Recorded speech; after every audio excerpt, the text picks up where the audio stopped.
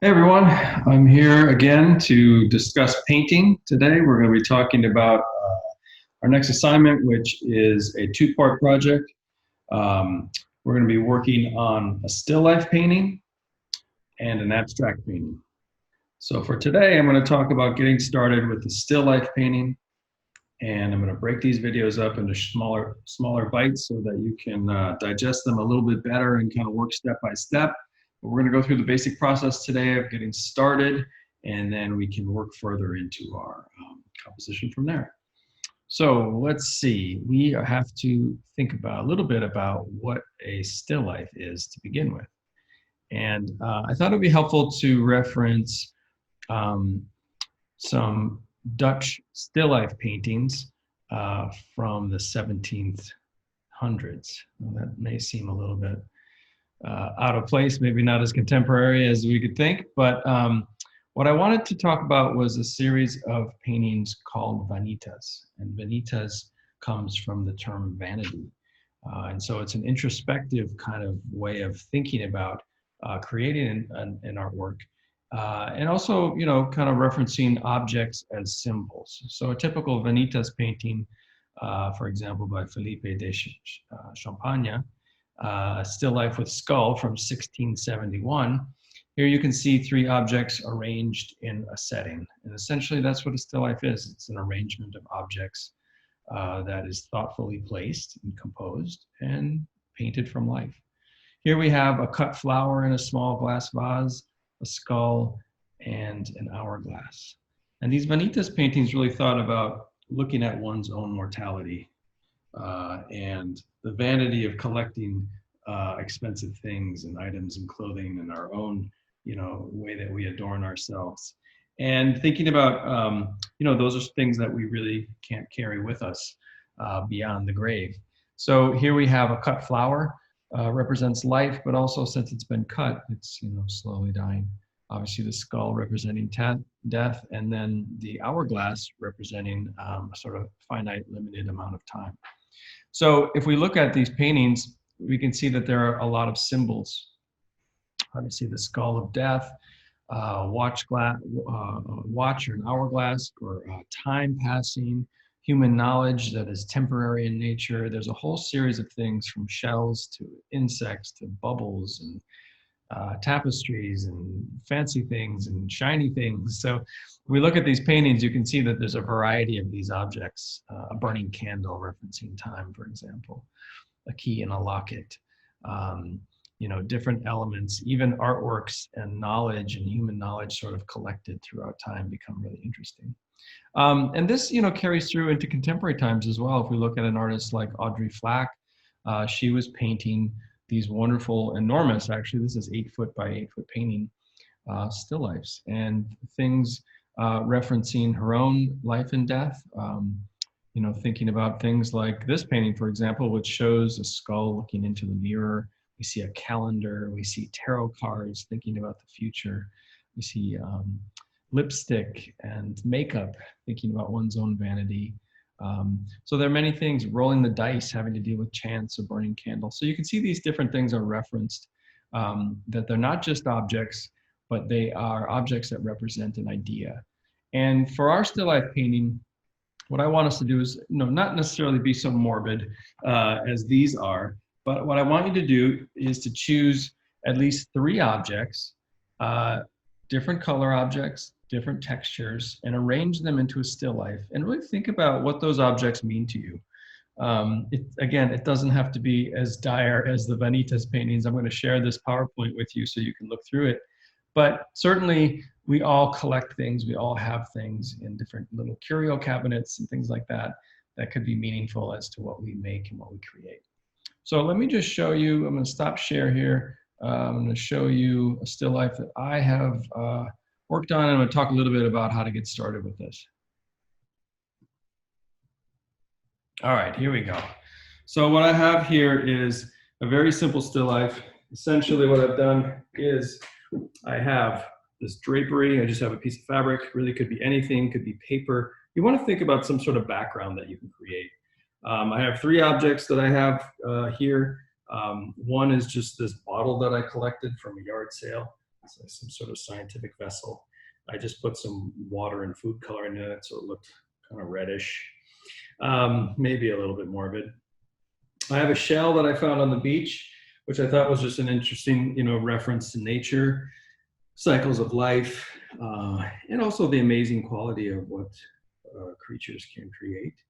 And then I have, a latex glove, which is just so prevalent right now. I see them laying around in the street. We have to think about our own protection. So that to me became really relevant as I wanted to start this. So what I want to kind of discuss now is just how to get started. So you could totally start this by simply arranging it. Now again, I have different colors, right? I have a green background, I have a blue glove, I have a shell that has bits of brown and gray and even hints of blue and pink in it, overall very light in color. And then I have this bottle, which is translucent. I can see the green background through it. Plus it has this kind of darker reddish kind of liquid in it. So there's a variety of different colors and tones. Now, one way you could get started, this is not my real phone, this is a broken phone, but you could just simply take a photo of this and think about what its best orientation is. Is it going to be a portrait piece or is it going to be a landscape piece? We're going to compose this on a full sheet of 9 by 12 paper. And we first have to sort of sketch this out and draw it out. So let's just get started on that. Okay, so I've got the still life all set up. I'm going to have this in a place where I can leave it up for maybe a few days while I'm working on it. And I've got my sketchbook here that I'm going to sketch. I just wanted to show you guys quickly how I would draw from life. Again, you can photograph this, you could grid it up, and you can draw from the photograph. I'm totally fine with that. You can use it to help you measure.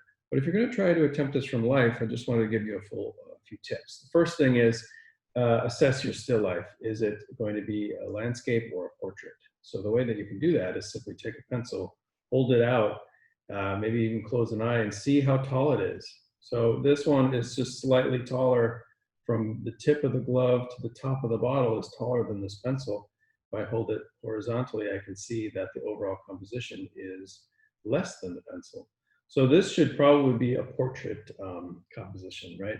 So if I was to, have my piece of paper, I would arrange it in a portrait kind of space, right? So the next step is to start to think about where these objects are placed.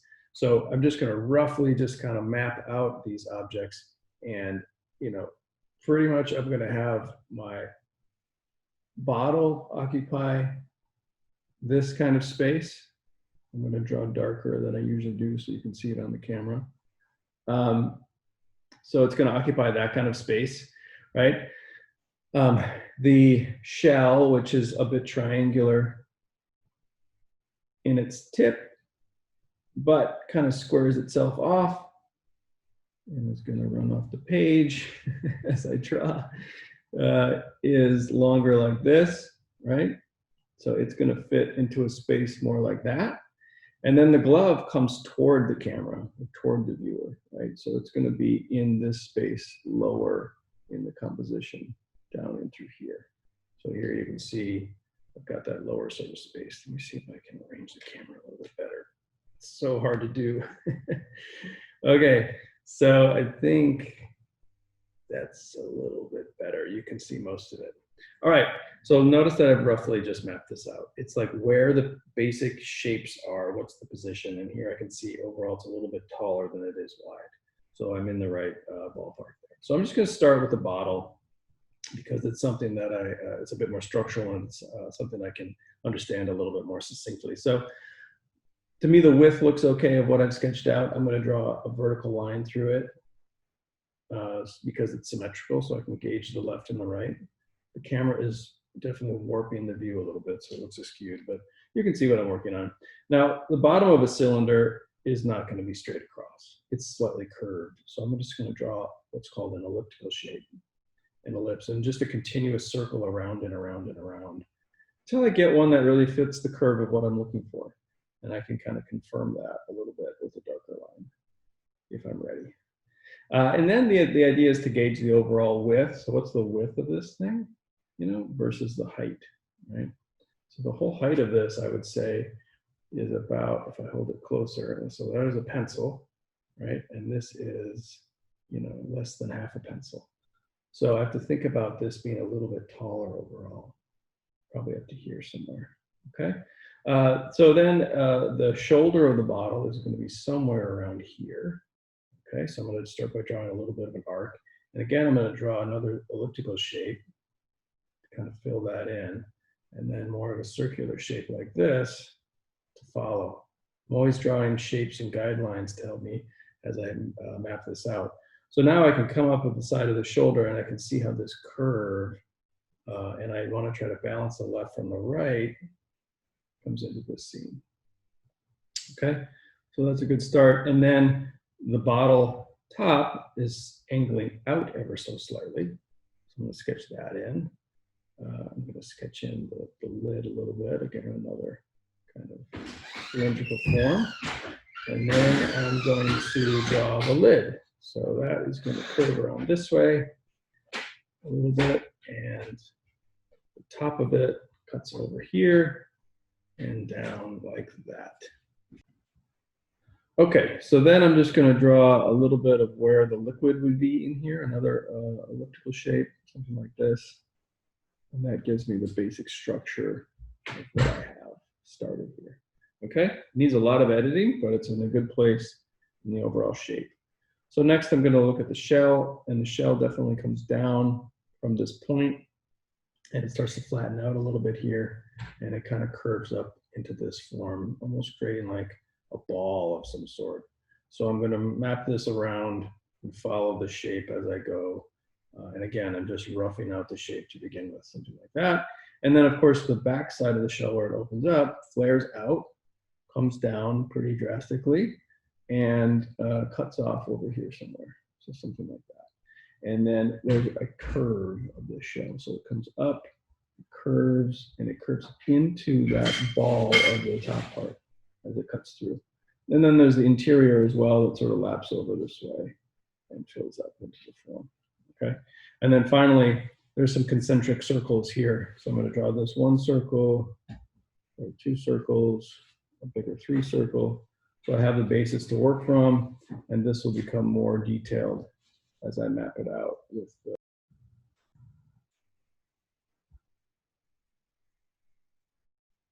had a little glitch there. I hope it's still recorded. We'll see.